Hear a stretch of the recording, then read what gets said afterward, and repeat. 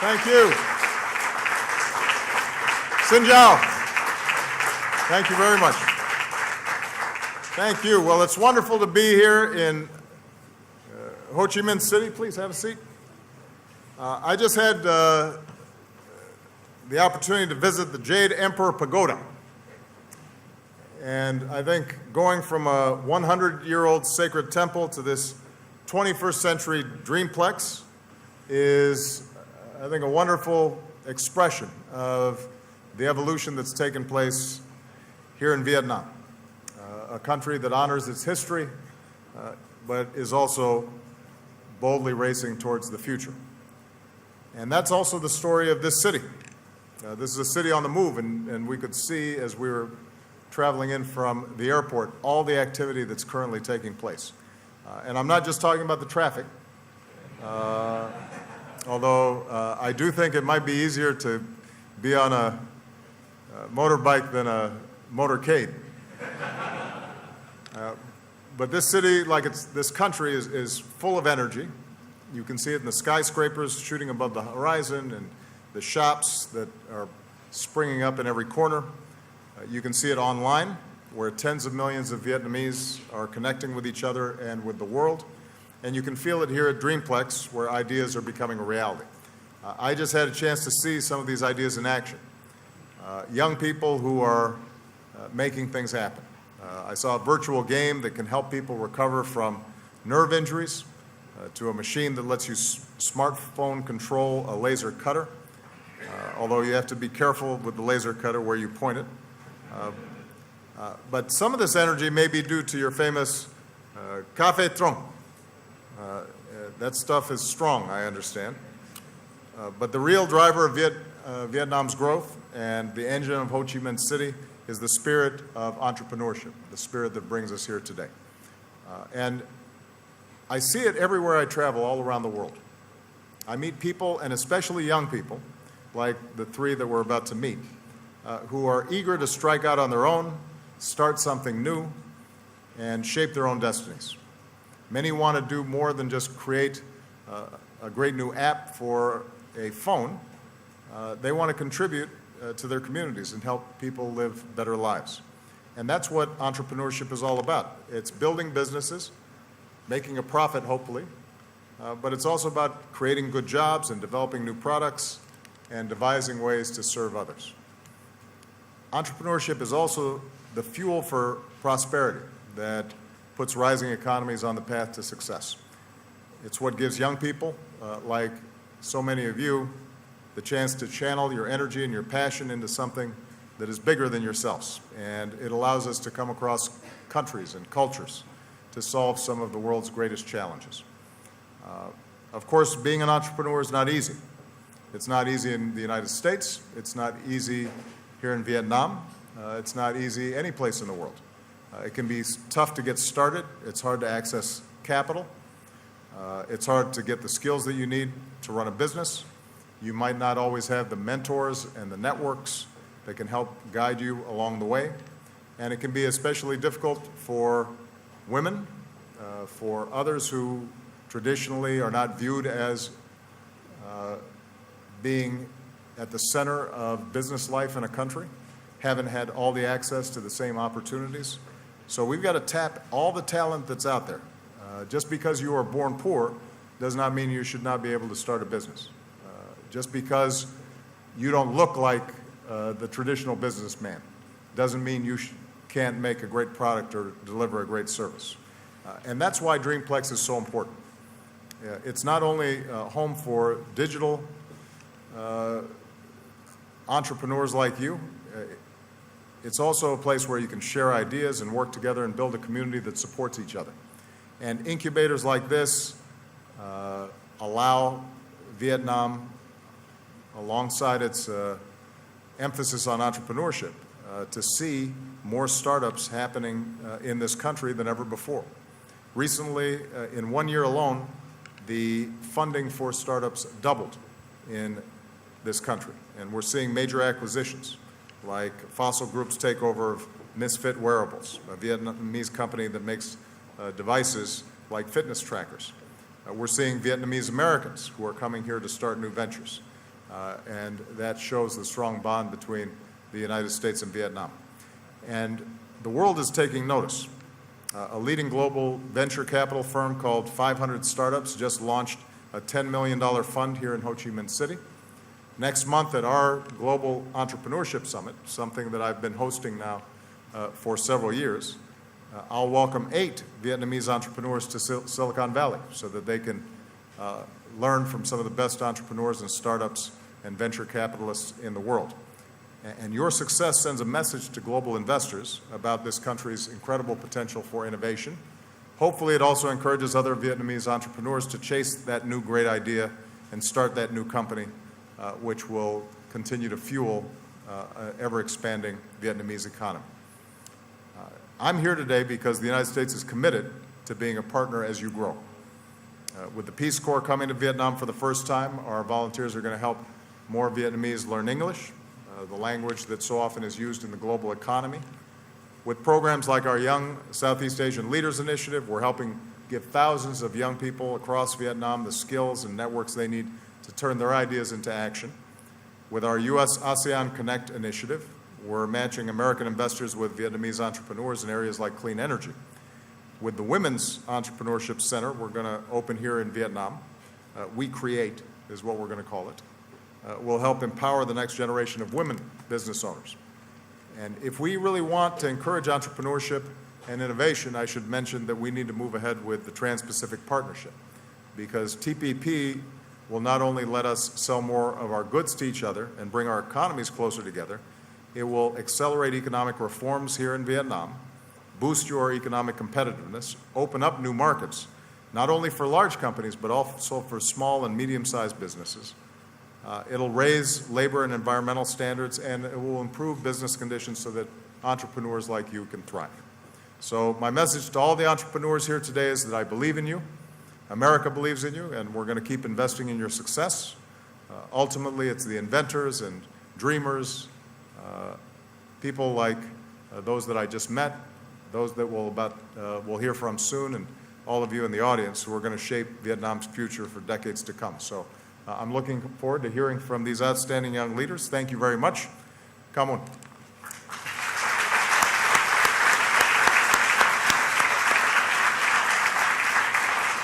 So I'm just going to introduce very quickly these outstanding young business people who are leading the way here in Vietnam. We invited them here to give us some of their thoughts about what would make it easier for them to start their businesses and to continue to nurture the startups that they're involved with. The first is Qua Pham, who's the Director of Legal and Corporate at Microsoft Vietnam. We have Lê Hoang Oyen Vi, who's the founder of Ade Roy, which is aiming to become the Amazon of Vietnam. And we have Duty Thuy Hang, who's the Vice President of Seedcom, which invests in Vietnamese companies. So please give them a big round of applause, and we'll start our conversation. So, Vi, let's start with you and tell us, it sounds like you started being interested in business at a very young age. Good evening, Mr. President, and good evening, everyone. First of all, I'd like to say thank you to the Vietnamese and the U.S. government for organizing such a wonderful event. My name is Vi, and I graduated from Georgetown University in 2009, majoring in finance. Actually, I have had a passion for technology since I was in school. When I was 13, I decided to start my own web design company, and I loved the idea of connecting buyer and seller through an online platform just like eBay or Amazon. But at the moment, I was so young, and I couldn't start a formal business. So therefore, after my college graduation, I decided to come back to Vietnam and started Chon.vn. It's an e-marketplace selling fashion items. And luckily, after 5 years, we became one of the top destinations for fashion lovers in Vietnam. And we got acquired by the biggest conglomerate in Vietnam called Vingroup. And right now, I'm running Adero.com. Basically, we are the Amazon of Vietnam. We sell everything from electronics to even grocery online. And our goal is to bring the safe and high quality products at affordable price to every family in Vietnam. That's great. Now, you look very good. Is this some of your fashion that you can sell on online? Is that like you can buy the necklace and the earrings? And They're available on adiro.com. okay. I just wanted to. So if you're looking for, a good deal. Excellent. And Hang, you started out as an investor or as an entrepreneur. Now you're an investor as well. Tell us what have been the challenges that you've met, and have there been some special challenges about being a woman entrepreneur and investor here in Vietnam? Thank you, Mr. President. It's my honor to be here as well. And I guess let's take it back a little bit. I came back to Vietnam 5 years ago after 9 years in the States. Mm-hmm. So America is truly my second home. And when I came back, that was basically because of my very close tie to Vietnam. My family is in here. My hometown is here. I love the people here. Because the environment has been very supporting. I learned a lot from previous generations.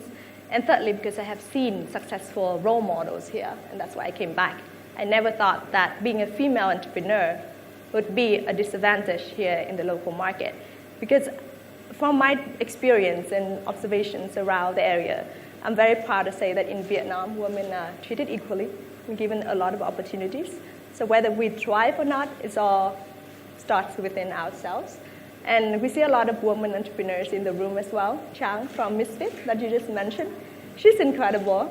Reina, she's not an entrepreneur per se, but she has done a terrific job here in Ho Chi Minh City.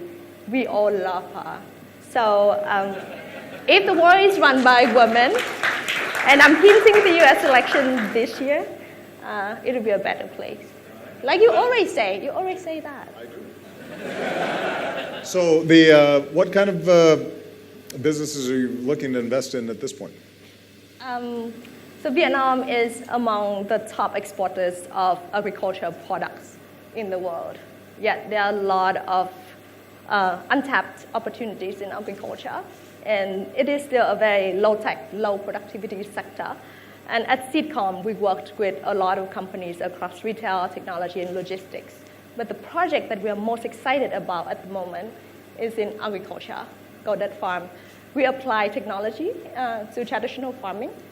Very simple stuff like from tracking to automation.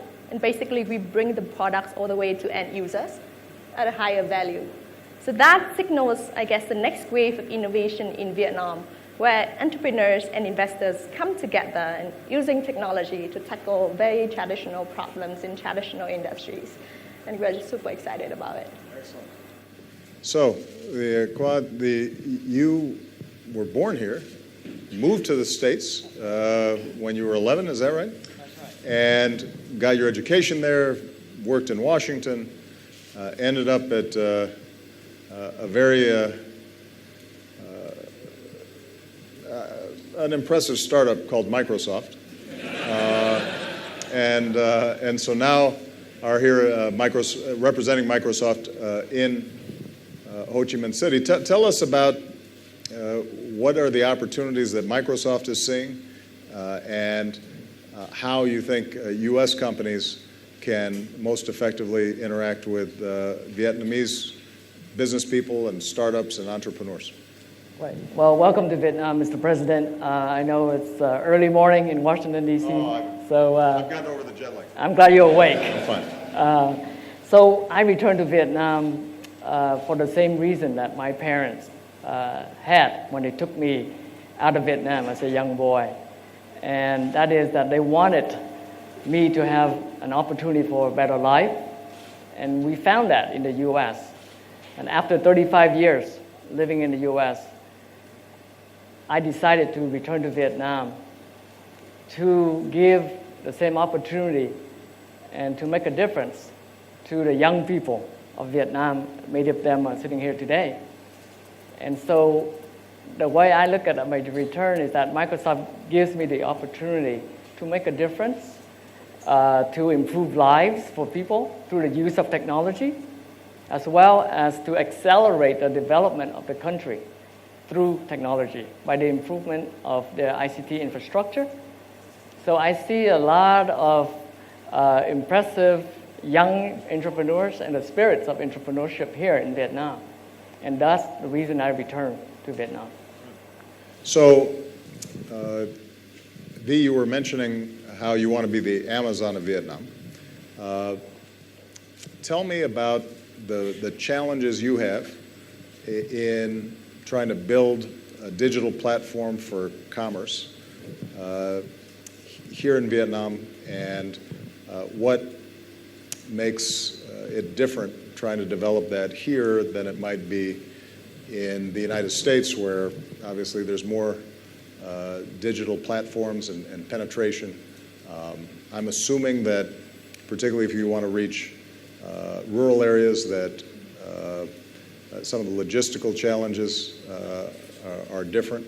So tell us what has been some of the hardest aspects of building on your vision, and how do you think both the Vietnamese government or the U.S. government or companies that are interested in working with you or other entrepreneurs, how they can be most helpful? Where do you see the biggest roadblocks? Mr. President, I'm very passionate about building, bringing convenient and modern lifestyle to Vietnamese people. So imagine that a working mom has a job from 6 to 9, from 9 to 6, and then after 6 p.m. she has to rush to the supermarket to shop for her home dinner. It probably takes her an hour to get home and then ready to cook for the family. Because the traffic is... Right, traffic jam. So basically imagine that one day she can sit in her office and order all the ingredients, and when she gets home, the ingredient will be ready for her to cook dinner for her family. Mm-hmm. So every day we can save her an hour to spend more time with her family. Imagine that we can save her 360 hours per year, which translates to 7,300 hours over 20 years, which is equivalent to almost a year. So we can save a woman a year over 20 years. So that's our dream. Right. But basically it's very challenging because even online grocery in America is difficult because of the infrastructure. It's very, very difficult for us to get the items to the customer on time. Right. And especially we have the commitment to deliver it within 2 hours, which is quite impossible when we first started. Right. But then we are very committed. So we build our own delivery infrastructure. We build our own delivery man. And up to now, I think we have the feeling of it. So we are able to deliver our product as fast as we can to satisfy the customers. So a couple of challenges that I think either the government in Vietnam or the U.S. government can help us is first is to help us to build up our infrastructure, the logistics, the payments, etc., and bring new technology to Vietnam. So that's always been my dream. Right. So so one of the challenges is just making sure that you have the physical infrastructure so that you can deliver fast enough. But in terms of the digital infrastructure, is that well developed because everybody has a smartphone now? It's much better now because people are getting used to using their smartphone to order things online. 3 years ago when I first started, it was so difficult to get people online, but now it's very easy. But still, so the operation infrastructure is not there yet. So we need to learn it from successful companies like Amazon, or we need to come up with our own solution in Vietnam, because the street in Vietnam is not the same in the U.S. Right. You understand, right? So we have all the delivery men in motorbike, and they have to know their way around. Right. Yeah, it's very difficult to install GPS for the delivery man. Yeah. And just one last question, in terms of access to capital, typically are startups here self-financed, or are they financed through the banks? Is there enough of a sort of a bank infrastructure for small businesses and medium-sized businesses, or are most entrepreneurs using family savings? Is there venture capital? How are people getting started? Well, that's a very good question. To be honest, I think in Vietnam, it's very difficult to get early funding. Especially there's not that many venture capital funds here in Vietnam for seed funding and angel investors, very limited. I think most of the investors in Vietnam, they want to invest in companies that have track records, which is quite a challenge for startup in Vietnam. Right. So we have 500 startup here. It's a good news for us. And we hope that in the near future, more venture funds can come to Vietnam, especially from America, to help us grow all the new businesses. Well, I'm trying to do some advertising for you here. Yeah, hopefully good- somebody's right. paying attention back in the United States. Thank you very much. Hang, you were talking about agriculture. Obviously, a large portion of Vietnam is still dependent on basic agricultural and small farmers. Is the goal here for them to be able to move their products to market at a better price and more quickly, or is it that you want to move up the value chain so that there's more processing that's taking place? So it's not just rice or other crops, but it's also the products that are derived from the foodstuffs that are being grown, or is it all of the above? Tell me a little bit more about how you see the opportunity for agriculture to accelerate here in Vietnam. I guess all of the above. Of course, by ourselves, we cannot change the whole industries, but with many investors and entrepreneurs working together, we believe that we can make a positive impact. So as I mentioned, there are two parts in our business. One is to apply more technology in agriculture. Some technology is just very, very simple, using text message, using simple tracking tools, simple automation on the farm, greenhouse, etc. That improves the productivity massively, and that helps directly the farmers to increase their output and, as a result, their income. And secondly, basically have a trusted brand and add more value and bring the products to the end users at a higher price. And obviously, the result of that is also higher income. And we understand that there are a lot of challenges, like Bea mentioned. The logistics is not there yet, quite yet. The infrastructure, there's still a lot to do. But we have a very young team in Dalat, where our farm is. And we have I know personally a lot of people, young people, who start their work in agriculture. And we have so much passion and energy and drive. And beyond that, we even have a strategy and action plan to make this happen. So hopefully in the next few years, you'll see some very positive change in agriculture in Vietnam. Excellent. Quang, when you think about business here versus business as you're accustomed to seeing it in the United States, what are some of the big differences? And are there particular areas where you think strategic investment would really make a big difference in helping all these startups take off? And in terms of Microsoft's strategy, are your main clients large businesses and just helping them with respect to IT, or are you also working with some of these smaller startups to see how you can grow their businesses and hopefully help them really take off? I'm sure you have heard from Satya Nadella, our CEO. Our company mission is to empower every person, every organization on the planet to achieve more. And I think there's no better market to do that than in Vietnam because of the young entrepreneurs that we have here and the internet penetration, the mobile base that we have here with young people. And I think that in terms of capturing the opportunity, I think that's important for us to look at for our government and businesses and entrepreneurs to really balance the opportunity and the responsibility in this new world that we live in, which is the mobile first, cloud first world. And so if you look at the challenges in that respect, I think public policy, regulatory environment needs to be more conducive, right? Need to be modernized to address the digital economy. And I think that Vietnam is not unique in that space as a developing market. I think in the U.S., the same is being faced with, how do we deal with e-commerce, cross-border taxation issues, and things of that nature. But I think that Vietnam can leapfrog other markets and seeing and capturing that opportunity. And for Microsoft Vietnam in particular, we have a national empowerment plan that basically mirrors the government ICT master plan by 2020 to really develop Vietnam's ICT advanced nation.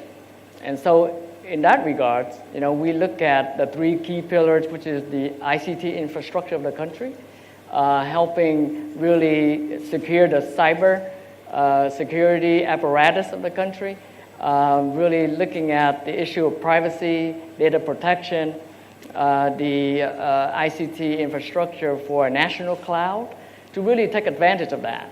And also our investment in the second pillar, which is about small and medium-sized enterprises. I think that is going to be the driving factor for the economic growth of this country. We have about 500,000 SMBs, businesses here in that size. And so I would say that the startup community is also the micro businesses that are starting out, and we have programs that provide free software, free cloud services to these startups. So this way they can really focus on developing the best products. And then obviously the education side, we really have to look at capacity building. And that is to really help the Vietnamese move from a labor-intensive economy into more of a knowledge economy, knowledge-based economy. And that is really getting them with the right skill set for ICT skill sets. And also, we need to really invest, a bit more on STEM education. And we're doing that and teaching with technology in the classrooms and really doing a lot of these startup community, co-working space, community events to really promote coding, because I think that's very important. And I think you were in KL when we did the Hour of Code, and where you worked with the Prime Minister and coding with the children. I think that's something that we do here annually as well. Yeah. I think that's a great point, and Viv and Hung, maybe you want to talk about this a little bit. Ultimately, what makes startups and entrepreneurs successful is good ideas and the human capital. Obviously, investors are important and infrastructure is important, but the most important thing is people. And when you look at Vietnam right now, it seems as if a culture of entrepreneurship is really beginning to grow. But one of the questions that I always have to ask myself in the United States is whether our education system is equipping our children effectively enough to be able to move forward on their ideas. You're both very young, so you can still remember what it's like to go to school. For me, I've forgotten, but I will say that when I was going to school, we didn't have computers. Well, you had these big mainframe computers, but you didn't have personal computers. So how do you see the education system here adapting to the needs of this new 21st century economy? Sorry. I still remember taking entrepreneurship classes in the U.S., and I found it so helpful for me to learn about how to write a business plan, how to pitch to investor, how to develop a financial model. And I think when I got back here, I don't find that many entrepreneurship classes in Vietnam. So I think that there's an empty area that we can tap on. And secondly, I think after the startup get funding, I think they also need mentorship program. Those are the things that really helps the startup community here in Vietnam. And I also think that I used to be an exchange student. I came to the US when I was 17. I'm very thankful for that because I learned so much about innovations, and I learned how to dream big and always hope for a brighter future. So I think there's a chance for us to also create exchange program, not just for students but for working adults. Especially we can send young startup to do on-the-job training or internship program at some U.S. company. So those are the things that I really want to to get to the audience. Good. I would like to add to what we just said is the power of technology. Again and again, I go back to this point. With technology, really, students nowadays have access to a lot more information, a lot more well-informed, and education opens a new sector for startups to come and basically kind of disrupt the sector. So our friend here at Global Shapers, he has his own education startup. Another friend that we know very well, Tu, she launched Elsa, that helps students to learn English through an app. So all of those examples, you can see that technology basically just opens the doors and opens opportunities for Vietnamese students to access to global knowledge. And the evidence of that is most of the team that I work with in Vietnam for my previous startup and even at many companies at Sitcom right now, they're all educated in Vietnam. I'm one of the very lucky few that got, years of education in the States. But I respect my colleagues a lot every day for they're so smart.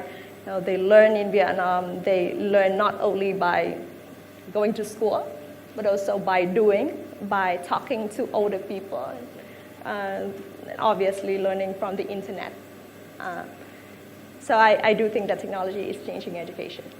Well, Kwa was talking about leapfrogging. One of the things that you're seeing in countries all around the world is if they hadn't already developed a telephone infrastructure with cellular or with landlines and telephone poles and underground tunnels, now suddenly they just go straight to cellular towers and smartphones. And banking is done there, and commerce is done through phones, and so they've leapfrogged over the infrastructure requirements of old systems. And the same is true with education, right?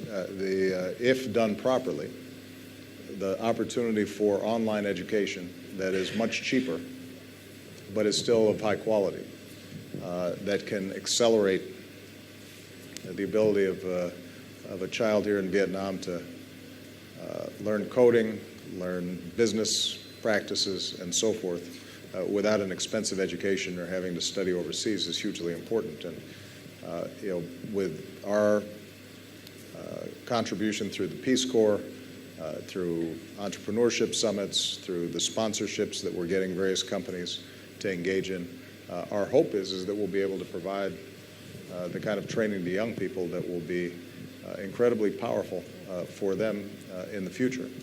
And we want to thank the Vietnamese government for their cooperation, because a lot of these systems that we're trying to build we could not do if it were not for the strong support that we're receiving from them.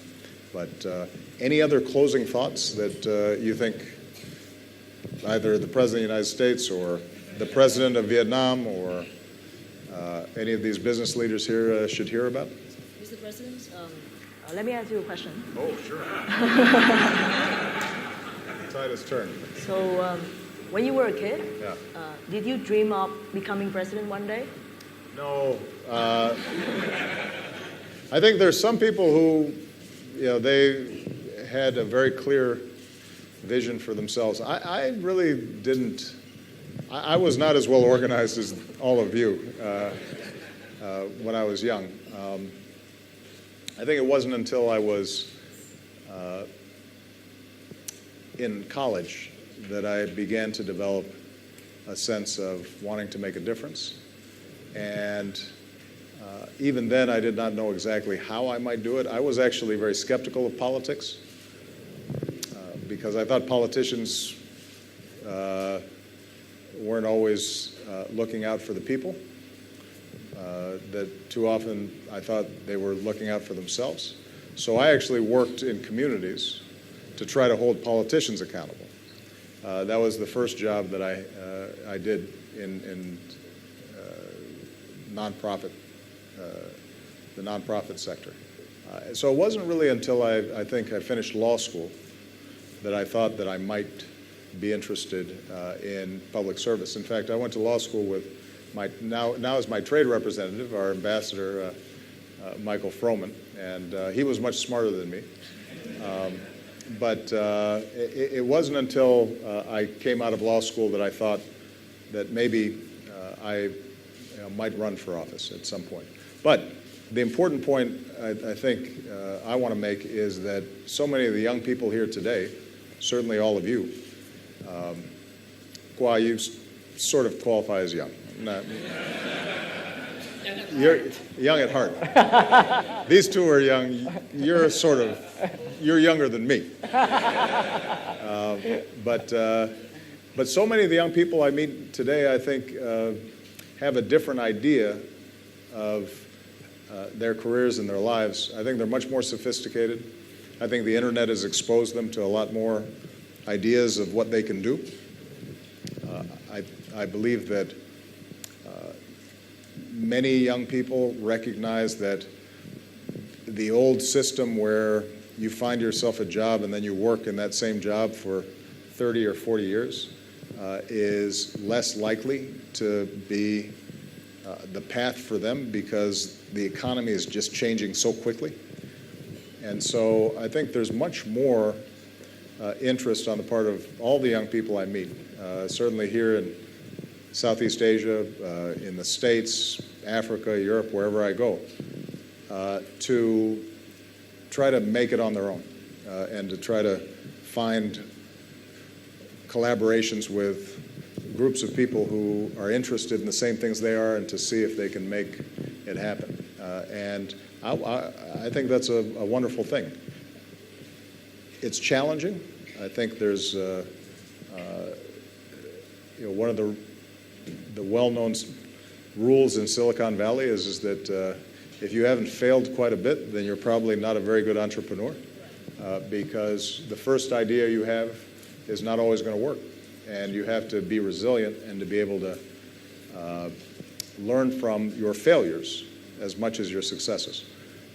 But I truly believe that this generation is not only being entrepreneurial when it thinks about business, but also entrepreneurial when it thinks about trying to solve social problems, entrepreneurial when it thinks about government and making government more responsive and accountable to ordinary people. And it makes me very hopeful for the future. So, yeah. I guess the entrepreneurial spirit is very much ingrained in Vietnamese people, just like with Americans. And you have seen, and your staff have seen here, the very vibrant startup and business community here in Ho Chi Minh City. Just imagine how much more it can be if there's more exchange of knowledge, of capital, technical know-how between the two countries, US and Vietnam. And on that note, my question for you would be, if your daughter, taking a gap year from Harvard College, tells you next week that she wants to live in Vietnam for a year, what would you tell her? Well, I would encourage it, but what I've learned is that my daughter, Malia, will be 18 next month, and she already doesn't listen to me, whatever I say. So, so if you want her to come to Vietnam, I shouldn't be the one to tell her. Maybe you should tell her. Yeah, absolutely. But certainly, I would recommend students from the States to come and study here as much as I'm encouraging Vietnamese students to come study in the United States. Young people are going to be living in an interconnected world, in a global marketplace. And every business has to think globally, even small businesses. You know, if you have a good product today, you can reach billions of people if you have a good strategy, you have good marketing, you can handle the logistics. And so the barriers to entry that used to exist where only a Boeing or a GE or a very large company could operate in Vietnam is no longer true. And the same is true for small businesses here in Vietnam. If you have interesting product that is unique and perhaps is very common in Vietnam, but nobody knows about in the United States. Oftentimes, some of the best ways to start a business is to take something that is very popular one place, but is unknown someplace else, and be the first person to sell that product in another country. So I think part of the education that young people have to have is to understand other cultures and understand other markets. If you're lucky enough to be able to travel, then that's one way to do it. But one of the wonderful things about the internet is it gives you an opportunity to learn about another place, even if you can't set foot there. So that's something that I continually emphasize. So, all right, last Sure. question or comment. All right. I have a question. You, in your opening remarks, you mentioned about TPP, and we didn't have a chance to talk about that. And so TPP is considered a 21st century trade agreement dealing directly with the digital economy. Talking about the rules of law expanding to security and privacy, and also cross-border data flow. TPP is very important to Vietnam, and I know that the Vietnamese business community supports it. And as an employee of Microsoft, I can reaffirm that our company supports TPP. As we look at the latest report published by the U.S. International Trade Commission that indicates that fully implemented TPP would bring about $57 billion into the U.S. economy. But currently the U.S. American politics is sort of turning against TPP.